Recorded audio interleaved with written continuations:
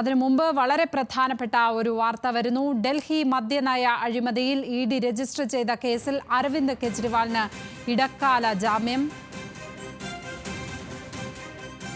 CBI case നിലനിൽക്കുന്നതിനാൽ jail മോചിതനാകാൻ സാധിക്കില്ല.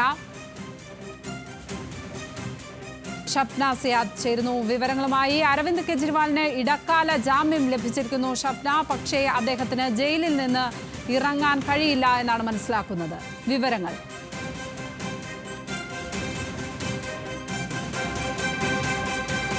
ഡൽഹി മദ്യനയ അഴിമതിയിൽ ഇഡി രജിസ്റ്റർ ചെയ്ത കേസിൽ അരവിന്ദ് കെജ്രിവാളിന് ഇടക്കാല ജാമ്യം. വിവരങ്ങളുമായി ഷപ്ന സിയാദ് ചേരുന്നു. ഷപ്ന, ഇഡി കേസിൽ ഇടക്കാല ജാമ്യം ലഭിക്കുമ്പോഴും കെജ്രിവാളിന് പുറത്തേക്ക് ഇറങ്ങാൻ കഴിയില്ല എന്നാണ് മനസ്സിലാക്കുന്നത്, സിബിഐ കേസ് നിലനിൽക്കുന്നതിനാൽ. കേസുമായി ബന്ധപ്പെട്ട് ഇഡി രജിസ്റ്റർ ചെയ്ത കേസിലാണ് ഇപ്പോൾ കെജ്രിവാളിന് ഇടക്കാല ജാമ്യം ലഭിച്ചിട്ടുള്ളത്. അറസ്റ്റിന്റെ മാനദണ്ഡങ്ങൾ പാലിച്ചിരുന്നിട്ടാണോ അറസ്റ്റ് ചെയ്തത് എന്ന് പരിശോധിക്കണം എന്നാണ് സുപ്രീം കോടതി ഇപ്പോൾ വ്യക്തമാക്കിയിട്ടുള്ളത്.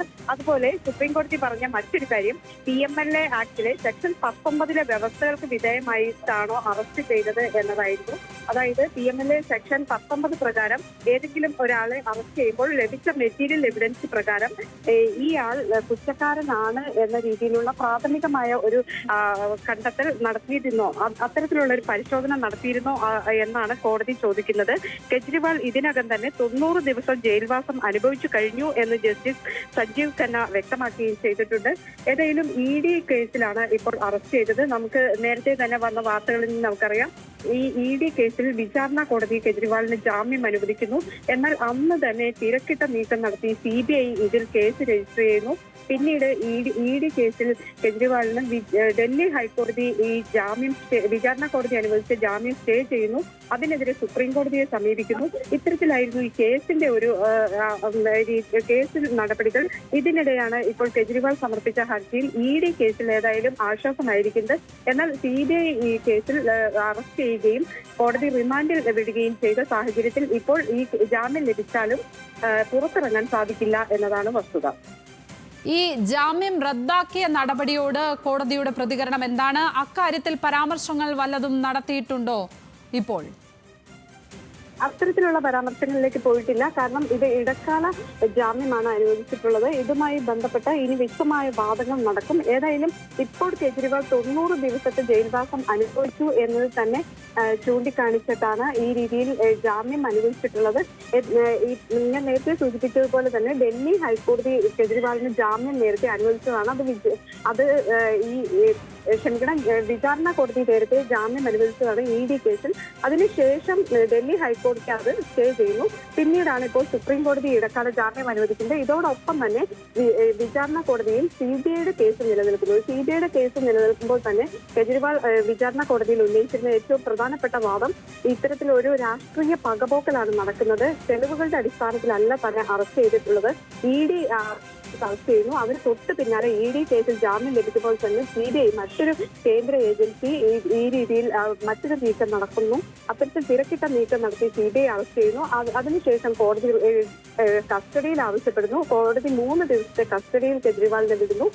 പിന്നീട് ഈ കസ്റ്റഡി തീർന്നതിന് ശേഷം വീണ്ടും ഹാജരാക്കി ജുഡീഷ്യൽ കസ്റ്റഡിയിൽ വിടുന്നു. അങ്ങനെ CBI കേസിൽ ജയിലിലാകുകയും ചെയ്തു. അതുകൊണ്ട് തന്നെ ഇപ്പോൾ ഇഡി കേസിൽ ജാമ്യം ലഭിച്ചാലും പുറത്തിറങ്ങാൻ പറ്റാത്ത ഒരു സാഹചര്യമുണ്ട്. ഇനിയിപ്പോൾ CBI കേസിൽ കൂടി ജാമ്യം ലഭിച്ചാൽ മാത്രമേ കെജ്രിവാളിന് ജയിൽ മോചിതനാകാൻ കഴിയൂ. എന്നിരുന്നാൽ പോലും ഈ ഇഡി കേസിൽ വലിയ ആശ്വാസം തന്നെയാണ് ഇപ്പോഴുള്ള ഈ വിധി. കാരണം ഡൽഹി ഹൈക്കോടതി ഈ ലഭിച്ച ജാമ്യം സ്റ്റേ ചെയ്യുകയാണ് ഉണ്ടായിട്ടുണ്ടായിരുന്നത്.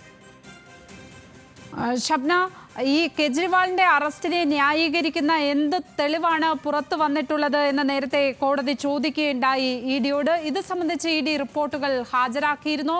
ഇഡി ഇപ്പോൾ ഈ കേസ് രജിസ്റ്റർ ചെയ്തതിൽ തന്നെ അപാകതകൾ ഉണ്ട് എന്നാണോ ഇപ്പോൾ സുപ്രീം കോടതി നടത്തിയിരിക്കുന്ന നിരീക്ഷണം? ഇഡി ഈ ജാമ്യത്തെ ശക്തമായി തന്നെ ഇന്ന് എതിർത്തിരുന്നു. ഇഡിയുടെ പ്രധാനപ്പെട്ട വാദം, നിലവിൽ CBI കേസിൽ ജുഡീഷ്യൽ കസ്റ്റഡിയിലാണ് കെജ്രിവാൾ. അതുകൊണ്ട് തന്നെ ഈ രീതിയിലുള്ള ഒരു ഇടക്കാല ജാമ്യം അനുവദിക്കരുത് എന്ന് ഇ.ഡി. ശക്തമായി എതിർക്കുകയും ചെയ്തു. അറസ്റ്റ് നിയമവിരുദ്ധമാണോ എന്നതിൽ വിശാല ബെഞ്ചാണ് ഇനി വിധി പറയേണ്ടത്. നിലവിൽ CBI കേസിൽ ജുഡീഷ്യൽ കസ്റ്റഡിയിലാണ്. കെജ്രിവാൾ തെരഞ്ഞെടുക്കപ്പെട്ട നേതാവാണ് എന്ന ഒരു പരാമർശം ഇതിനിടെ സുപ്രീം കോടതി നടത്തുകയുണ്ടായി. അതുപോലെ ഈ ഇതുമായി ബന്ധപ്പെട്ട് ഒരു നേതാവിനെയാണ് ഈ രീതിയിൽ ജനങ്ങൾ തെരഞ്ഞെടുത്ത ഒരു ഒരു കാര്യം കൂടി വളരെ ചുരുക്കത്തിലൊന്ന് പറയാമോ? ഈ CBI കേസിൽ കെജ്രിവാളിന്റെ നടപടി എന്താണ്? ഇനി പുറത്തിറങ്ങണമെങ്കിൽ CBI കേസ് ഉള്ളതിനാൽ പറ്റില്ലല്ലോ. ആ വിഷയത്തിൽ എന്താണ് കെജ്രിവാളിന്റെ തുടർ നീക്കം? ലക്ഷ്മി, ഈ CBIയുടെ കേസ് രജിസ്റ്റർ ചെയ്ത അന്ന് തന്നെ അല്ലെങ്കിൽ ഈ ജയിലിലെത്തിയാണ് കെജ്രിവാളിനെ അന്ന് ചോദ്യം ചെയ്യുന്നത്. അതിനുശേഷം CBI കോടതിയിൽ ഹാജരാക്കി, കോടതിയിൽ പ്രൊഡക്ഷൻ വാറന്റ് വാങ്ങിക്കുകയും കോടതിയിൽ ഹാജരാക്കുകയും ചെയ്തു. അതിനുശേഷം ആവശ്യപ്പെട്ടു. അങ്ങനെ കസ്റ്റഡിയിൽ ആവശ്യപ്പെടുമ്പോൾ തന്നെ കെജ്രിവാൾ ഈ കസ്റ്റഡി അപേക്ഷയെ എതിർത്തിരുന്നു. കെജ്രിവാളിന്റെ അഭിഭാഷകർ ശക്തമായി തന്നെ ഇത് എതിർക്കുകയും ഇതൊരു രാഷ്ട്രീയ ഇടപെടുകയാണ്. വിഴിഞ്ഞത്തെ ദൃശ്യങ്ങളിലേക്ക് നമുക്ക് പോവേണ്ടതുണ്ട്.